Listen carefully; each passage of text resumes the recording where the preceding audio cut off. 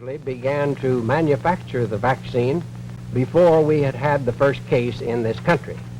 Before we had had the first case in this country.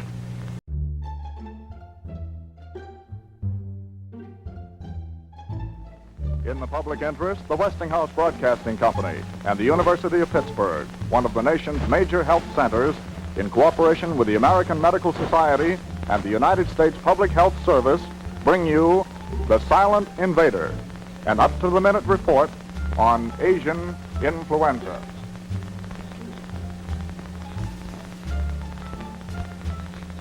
How do you do?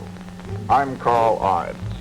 Throughout history, mankind has been forced to wage many battles in order to protect his family or nation against misfortune, disaster, or even possible extinction.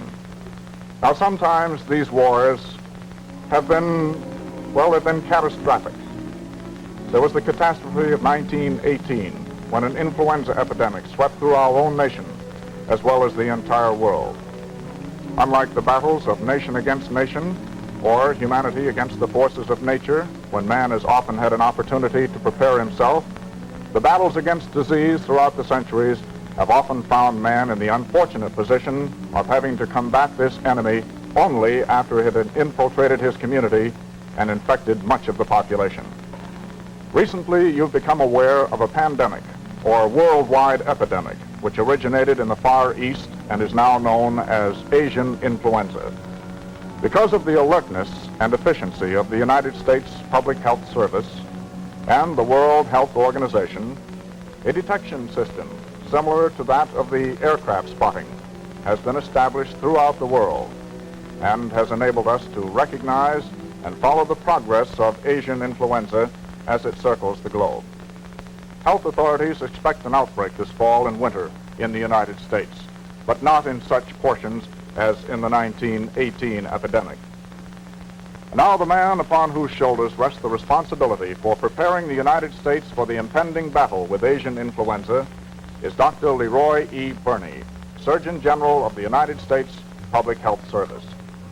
Dr. Burney, I imagine you and your staff have been gathering quite a tremendous amount of material on Asian flu. Now, it seems to me that everybody I know has had and has talked about influenza, but I don't think anyone really knows what it is. Well, Carl, it's one of the upper respiratory infections, something like a cold, only it's caused by a flu virus.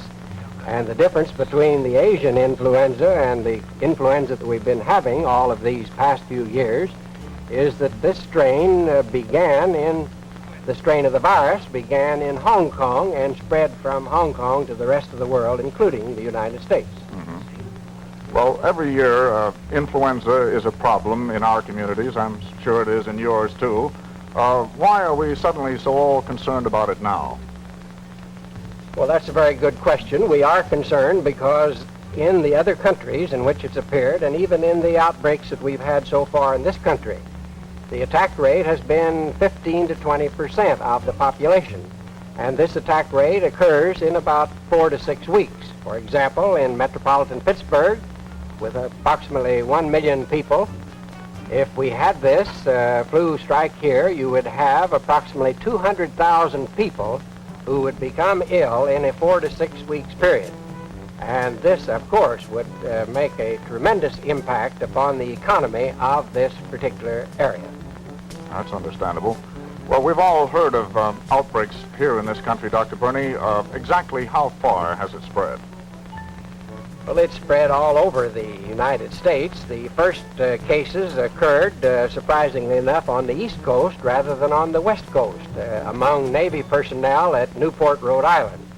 And then the second group occurred a few days later in both Navy and civilian personnel in San Diego. Since that time, of course, which was about the 1st of June, it has spread in localized outbreaks to Grinnell, Iowa, to the Boy Scout Jamboree in Pennsylvania, to Louisiana, and to actually almost all of the states in the United States. I didn't realize that actually that was Asian flu that hit that jamboree in our own state. It was Asian flu. That's right, it was. Well, from what I've been able to learn, Dr. Burney, not many people have died as a result of Asian influenza in the rest of the world. Now, do you think the same will hold true here in the United States? We have the belief now, based upon the experience of Asian influenza in the other countries in South America at the present time, where it is in epidemic proportions, and as a result of the outbreaks in this country so far, that it is a mild infection and with a very low mortality rate, and we believe that it will continue to be both a mild infection and have a very low death rate. Well, is there the possibility that Asian flu might turn into, if I may use the word, a killer? Well, that is a possibility, of course, and that has happened in preceding years when we have had epidemics. Back in 1888 when we had a large epidemic, and then many of us recall the 1918-19 epidemic when we had a mild influenza epidemic in the spring of 1918, and then in the fall we had a large outbreak of very virulent influenza followed by serious complications, and then another wave hit us in the February or March of 1919. At that time, as you may recall, in that whole period, we had about 20 million cases in the United States and about 850,000 deaths. But I would like to add that conditions are quite different now than they were then. In the first place, we have a mild strain of influenza, not a virulent strain. In the second place, we have the antibiotics to combat any complications that might arise, which we did not have in 1918. Mm-hmm. Well, Doctor, with the disease spreading so rapidly, what exactly now are we doing to combat it? Well, actually, Carl, we are trying to do three things. One is to develop as rapidly as possible the only preventive agent that we have against influenza, and that is the vaccine against this particular strain of the vaccine, of the virus. And that is being done in 6 of the large pharmaceutical manufacturers of this country. The strain was collected by an alert U.S. Army medical team in Tokyo and sent back to this country, and then given to the U.S. Public Health Service. We distributed to the manufacturers, and they in turn actually began to manufacture the vaccine before we had had the first case in this country. Began to manufacture the vaccine before we had had the first case in this country. So now our job is to get more of that vaccine available and to get the public to use it. Number 2, we have to be prepared to take care of the individuals who become ill. And we have been working since early June with the American Medical Association, the American Hospital Association, state and territorial health officers, voluntary groups, and others to prepare for taking care of those who become ill. And finally, the matter of having an alert and an informed public, one who will be aware of the facts without being unduly alarmed. And certainly this program of the Westinghouse Broadcasting Company is a good example of public service, to have an alert but not an alarmed public. Well, Dr. Burney, you and your public health service crew, if I can use that word, crew, have certainly seemed to make great strides in order to get us ready for this possible epidemic in such a very short time. Well, we've had a lot of help, I can assure you, Carl, in doing this. It hasn't been a one-man or one organization show. As I said previously, we have had the full cooperation and support of the American Medical Association in both the educational as well as the medical care part, and then in working with the manufacturers to get them to manufacture the vaccine and to stop other activities and to build up their staffs. I think we can all be proud of the industry which we have in this country. It's another example of the know-how and the expeditious way in which free enterprise through our American industry can do a good job. The vaccine, or the virus, was given to the industries about the middle of May, and within 3 months, vaccine was being released through our National Institutes of Health as being both a safe and an effective vaccine, and that seems to me a good example of both teamwork and a very expeditious work by the manufacturers. Another example of this teamwork, and to illustrate that this isn't a one-man show, is if we have with us this evening, I'd like to present to you Dr. James A. Crabtree, who's Associate Dean of the University of Pittsburgh Graduate School of Public Health, who will discuss how Asian influenza has spread throughout the world. Well, thank you very much, Dr. Burney, and I'm awfully glad that Dr. Crabtree is here with us tonight, too. How do you do, Dr. Crabtree? We've been discussing the fact that this Asian flu has covered a lot of territory in a short time, but I would like to know, how did it all get started? Well, the exact point of origin of the influenza virus is, of course, not known. But the current epidemic had its beginning, as Dr. Burney indicated, in Hong Kong and Singapore. This was in early April. By mid-April, the disease had become indeed epidemic in both of these cities and remained so throughout the rest of the month. From Hong Kong and Singapore, the disease rapidly, in early May, moved to the island of Formosa. And here it's estimated that as many as 500,000 people were attacked within a relatively short time. From Formosa, also during the month of May, the disease next made its appearance in Borneo and Japan.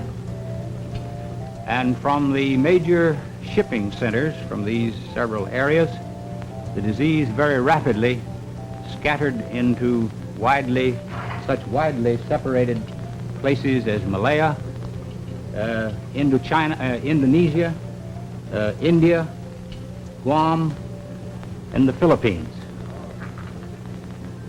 The first cases also in late May, the disease was reported as far away as Australia and on board several ships en route from Australia to San Francisco. The first appearance of the disease in the United States was on June 2nd. This date is important because it means only a short 6 weeks from the time the first cases were reported in China, they occurred in the United States. This indicates the great rapidity with which influenza and influenza-like diseases can spread over the world. By mid-June, this disease had practically circled the globe, including Southeast Asia, Southwest Asia, the Middle East, Europe, Australia, and North America. Late in June, the disease made its appearance in North Africa, introduced probably by the Muslims returning from their pilgrimages to Mecca. So that finally in early July, the disease made its appearance in Chile, in South America. So that in 3 short months, every continent on the globe had been involved in this great pandemic. Well, Dr. Crabtree, you mentioned that it had been reported on ships en route to San Francisco and that several cases were definitely diagnosed among our fleet at Newport, Rhode Island. Now, wouldn't it have been comparatively simple to have isolated these known cases and prevented the spreading of them and kept them from coming in at all? Unfortunately, not so simple, for the reason that quarantine against influenza is not effective. Had it been possible for all of the cases on board these ships to have been isolated, it would have had little effect on the actual spread of the disease, because undoubtedly there were many more people on board these same ships who, by reason of a more recently acquired infection, would have shown no symptoms whatever of the disease, and therefore they could not have been readily identified if they were passing through a quarantine station. I see. Well, Dr. Burney mentioned that we had approximately 25,000 known cases in this nation. Are they all bunched in one area of the United States, or has the virus spread all over? The virus is spread all over. We have some maps here in the studio that the television audience can see, which graphically shows how the disease has spread in the United States, starting from Newport, Rhode Island, and the West Coast. During the month of June, the disease had spread to Salt Lake City, Utah, to Grinnell, Iowa, to Cleveland, Ohio, and a few cases along the east coast. If we could have the map from showing the spread in July, we see that the disease, starting from these original centers, has literally moved in practically every direction throughout the country. Then the final map sort of speaks for itself in that it indicates that this virus has become very well seeded in practically every state in the country, certainly in every major region of the country. Well, I think I've got a pretty good idea of how influenza spreads, Dr. Crabtree, but I'm still wondering about the virus itself. What kind of an animal is it?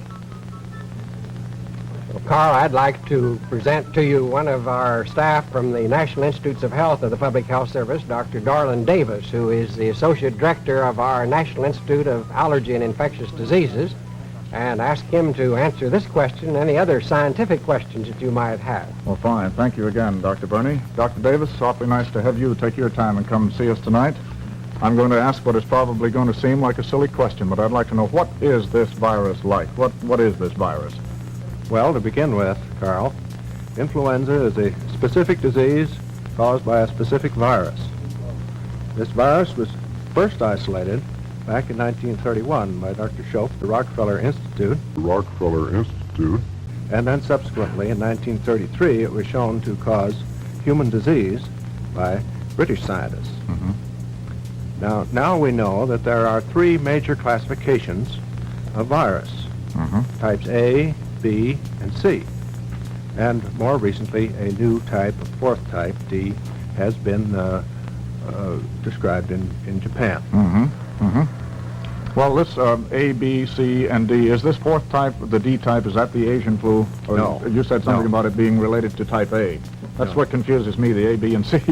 No, the type A influenza is the influenza which commonly causes epidemics and pandemics at intervals throughout the recent years.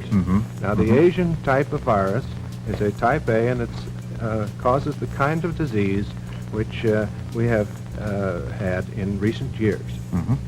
So, now however, the antigenic composition of this Asian type is different from that which we have described in the more recent strains, so that a person who is immune to the older strains is probably not immune to this new strain. And thus, the vaccines, which have been developed in the recent years by Drs. Francis Salk and others, have probably no effect on this invader from Asia.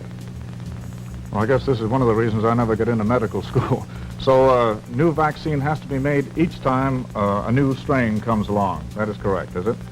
Yes. I mean, that explains why we don't have this vaccine in stock, the live vaccine in stock. Yes. That is right. Well, I think everybody's been hearing a good deal about the Asian flu story, but will a person know if he has Asian flu? If so, how? Well, I think he will know. Sometimes his physician finds it a little difficult to diagnose it because the symptoms are similar to those caused by other respiratory viruses or actually respiratory bacteria. So that to be absolutely certain, we must use laboratory methods to make a specific diagnosis. Now, these are generally of two kinds. One is the actual isolation of the virus, or the second is the demonstration of antibodies which appear in the blood of the person while he has the disease. Now, this often takes a little time, and it really doesn't help the patient's physician very much, but it is important for us to know what kind of disease is prevalent in the community and to discover what the type is and follow its course. I see. Well, naturally, the thing most people are concerned about is the vaccine, first of all, and particularly how it works in the system. Now, it seems to me that being made from real Asian influenza virus, wouldn't there be some danger in being vaccinated? No, there's no danger at all. The vaccine is completely killed during the process of being prepared. And the vaccine is made by injecting this virus into fertile chicken eggs, where the virus grows, and then by processing the fluids, the vaccine, is made by the manufacturers. It requires about 40 days to manufacture and to test this vaccine. I see. Well, Dr. Burney, I can breathe a lot easier knowing a little about how this vaccine is made and that there isn't any live virus in it. And I'm certainly impressed with the way your public health team operates. I mentioned it before. I want to impress that on you for our viewers as well as myself. Up to now, I think that you've given me and the rest of the audience a complete picture of the Asian flu. Well, I rather doubt, Carl, that we've given you a complete picture because we've left out one of the most important groups of our total team in meeting the challenge of this new Asian influenza, and that is the American Medical Association, which represents the physicians throughout our entire country. We have worked with them from the beginning of this and have had complete support and understanding from that group, and I would like to present to you here now the Secretary General Manager of the American Medical Association, Dr. George Lowe. Thank you again, Doctor. Dr. Lowe? Mr. Wright. Pleasure to have you coming here tonight, too. I believe your home port would be Chicago. That's right. Well, Dr. Lowe, can you explain a little further about this possible flu epidemic? Well, in planning for a possible flu epidemic, the medical profession has three responsibilities. Keeping the doctors informed on the progress of the disease, spearheading the mobilization of all medical personnel who will be concerned with the caring for the sick, and informing the public on what to do once the virus is struck. The doctors are being informed about Asian influenza through our weekly journal and through many scientific periodicals published by the various states and county medical societies. They're being encouraged to cooperate with the Public Health Service in detecting the presence of the virus and its spread from community to community. They're being provided with late reports on the technical aspects of the disease and with instructions regarding the administration of the vaccine. The American Medical Association has asked every local medical society to organize a committee of those who would be involved in an epidemic so that an agreement can be reached in advance on such matters as vaccine priority, the handling of transients, hospital admission procedures, and so forth. And if an epidemic does strike, the medical professions will use every means of communication possible in pamphlets, newspapers, radio, and television to tell the general public what to do. It is important, we feel, that families know the symptoms of the disease and the basic points to follow in home care of the flu victim. What are the symptoms, Dr. Lowe? Well, the Asian influenza is characterized by a rapid onset, high fever, often as high as 104 degrees, headache, sore throat, aching muscles, and extreme weakness. The recognition of symptoms, of course, is important early in an epidemic. Once the Asian flu takes hold in a community, why, you'll know what it is without checking the symptoms. Well, when you do get Asian flu, Doctor, how do you care for it at home? Well, ideally, your doctor should be called and his instructions followed. However, in an epidemic situation, he may not be able to give your case his complete attention. In that event, these are things to remember. First, keep away from others. Second, go to bed. Third, drink a lot of fluids, water and fruit juices. And fourth, if your doctor recommends it, take a fever-reducing agent. And fifth, call your doctor if any unusual symptoms develop. What do you mean by unusual symptoms? Well, primarily those that would indicate the onset of some lung involvement, a heavy cough, rapid breathing, blueness of the lips. I see. Well, thank you very much, Dr. Lowe. And now I'm going to ask Dr. Burney if he would summarize our discussion. This fall and winter, we may see serious outbreaks of influenza in the United States as a consequence of the epidemics which began last April in the Far East. Unlike similar instances in the past, however, we believe that the size and severity of the epidemics can be minimized in this country. Thus, it is the opinion of experts that there is no need for hysteria or panic. The influenza is concerned. In the first place, we are prepared for the invasion, and in the second place, we now have the means through a new vaccine to help prevent this influenza. Perhaps the story of infection by influenza virus can best be summarized in this manner. There is a pandemic, a worldwide epidemic of Asian influenza, which has attacked most of the nations of the world. Laboratory tests have shown that it definitely has reached the United States, attacking both military and civilian personnel. The virus causing this influenza has been isolated and recognized as a member of the familiar type of A virus. An effective and safe vaccine has been developed as a preventive and currently is in production by 6 pharmaceutical houses in this country. At the present time, Asian influenza can best be classified as a mild virus disease which attacks many people but has a very low death rate. Experts say that it is probable that an epidemic will occur in this nation sometime between late fall and early winter. For the first time in history, a nation, our own United States, is in the fortunate position of being ahead of an impending epidemic and thus has had the time to organize for an all-out offensive against Asian influenza. There is always the possibility of an increase in virulence of the infection as the epidemic increases. However, the new vaccine has been proven effective in controlled studies conducted by the military and should be an excellent weapon to combat the disease if the epidemic progresses. When the vaccine is made available for public use, the Public Health Service and the American Medical Association hope that the nation as a whole will participate in a voluntary program of vaccination against the prevalence of this influenza. Rest assured that there is no need for alarm, panic, or hysteria. If there is a change in the situation, you will be informed immediately through the public education channels of your American Medical Association, United States Public Health Service, and state and territorial health officers.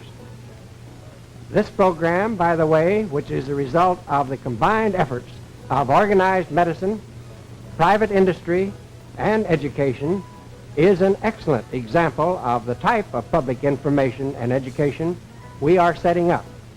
In closing, I would like to urge you to make use of the new vaccine when it becomes available, knowing meanwhile that you will cooperate with the medical profession and the public health authorities if it becomes necessary to set up priorities for those groups responsible for public welfare and safety and who must continue their important services if others of us are temporarily incapacitated by Asian influenza.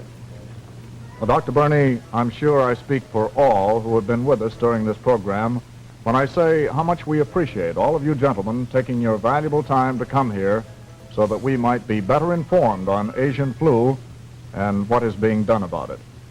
Participants on tonight's show have been Dr. Leroy E. Berney, Surgeon General of the United States Public Health Service; Dr. James A. Crabtree, Associate Dean of the University of Pittsburgh, Graduate School of Public Health; Dr. Dorlin J. Davis, Associate Director in charge of research of the National Institute of Allergy and Infectious Diseases, United States Public Health Services; Dr. George F. Lull, Secretary and General Manager of the American Medical Association.